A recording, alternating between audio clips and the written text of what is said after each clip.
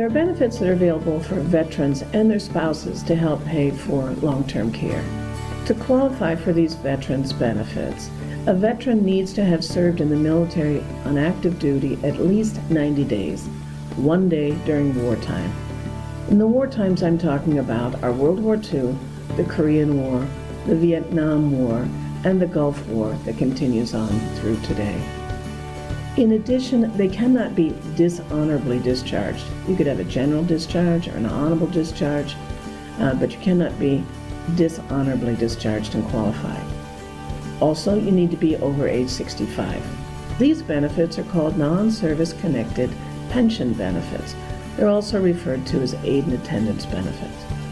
The benefits that are provided by the Veterans Administration to a married veteran are approximately $2,000 a month.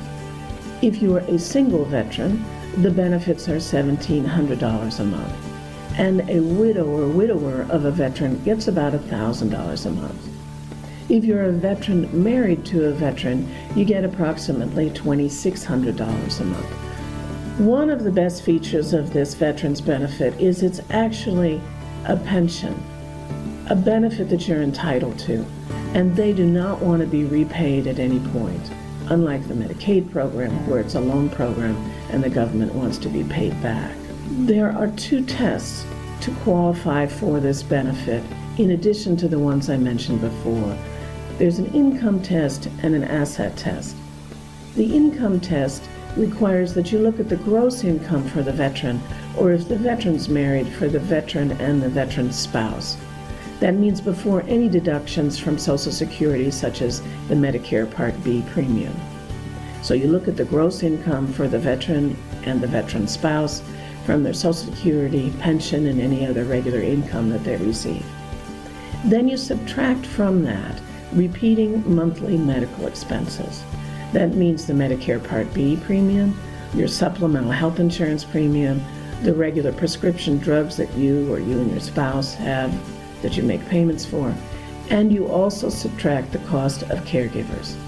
The caregivers could be the children that help provide care for you in your home that you're paying, or they could be independent people that you're paying to come to your home to help provide care. The cost of care can also be the cost of assisted living or nursing home bills.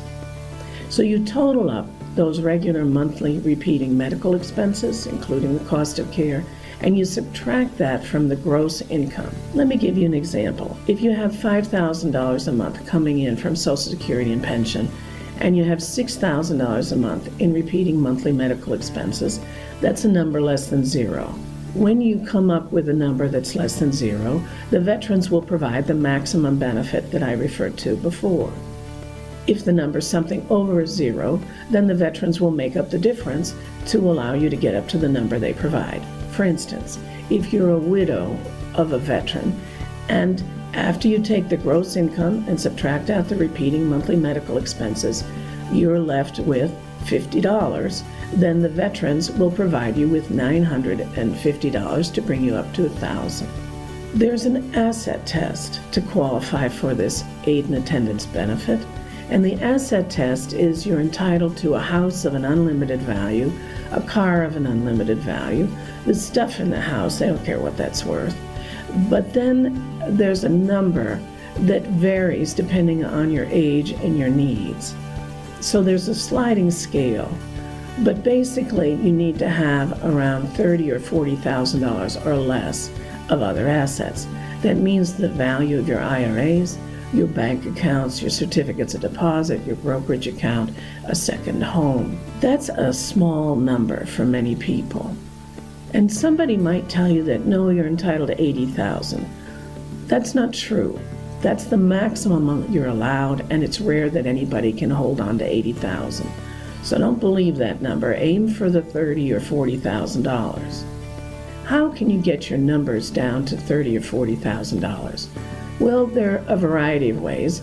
One of them is if you have a certificate of deposit that you own that's $100,000, if you put 3 other people's names on that certificate of deposit, the veterans feel that you only own 1/4.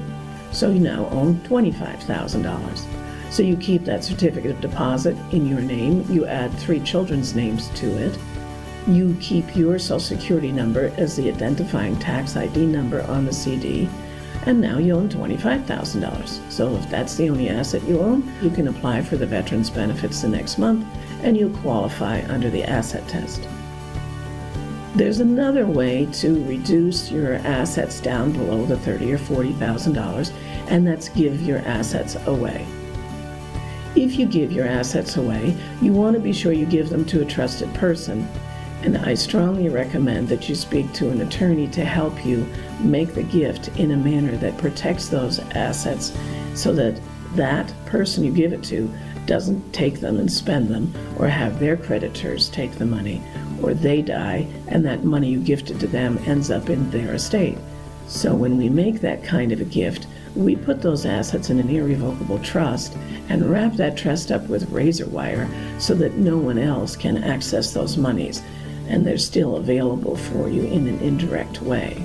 These trusts are very complex, and the Veterans Administration will scrutinize these trusts, so you need to be sure you're working with an attorney that helps do that properly.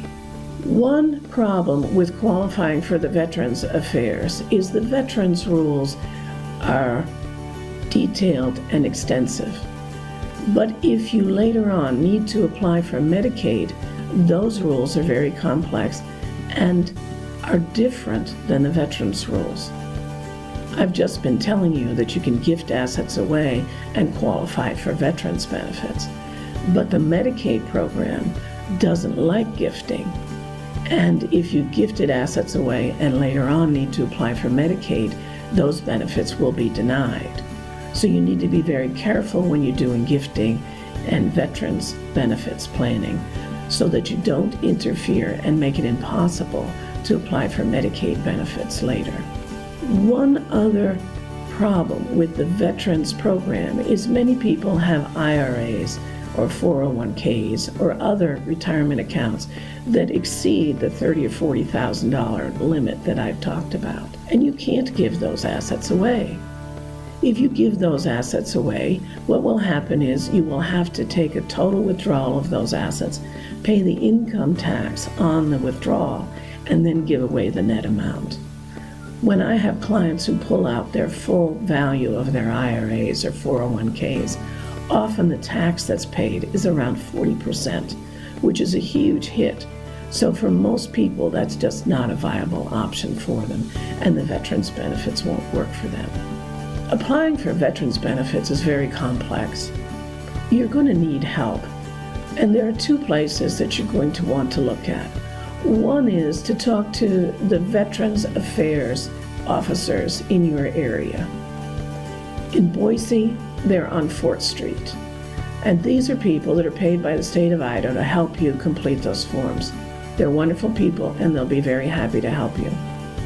Another resource you may want to consider is talk to an attorney who's accredited with the Veterans Administration.